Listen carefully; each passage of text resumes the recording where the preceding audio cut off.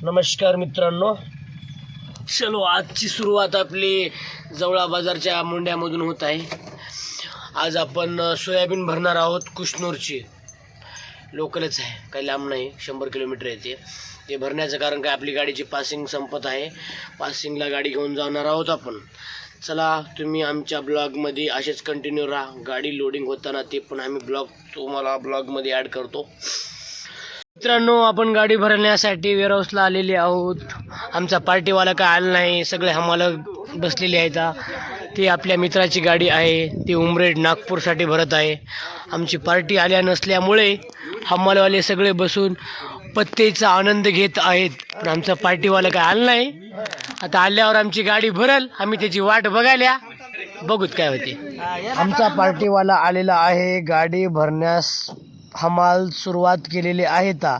आता आपण आहे की नाही जेवण करण्याची तयारी केल्या, पण तेवढ्यामध्ये गाडी भरल्यामुळं जाळी मारून गेल्या। जाळी अशा प्रकारे मारायचं असते, ज्यांना माहीत नाही त्यांनी बघा, ज्यांना माहीत आहे त्यांनी प्रवचन देऊ नका। कसं का, सगळ्यांना येत नसते ना, काही काही नवीन असतात। हे बघा, मोटरसायकलवाले 15 ते 20 मिनटं झाले असे कट मारून चालता। हे माजलेले अवलादी आहेत,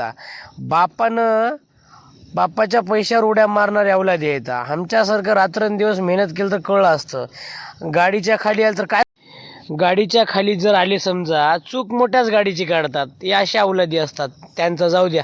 आपण आल्या नागपूरच्या हायवेवर, हे अर्धापूरचं बायपास आहे समजा।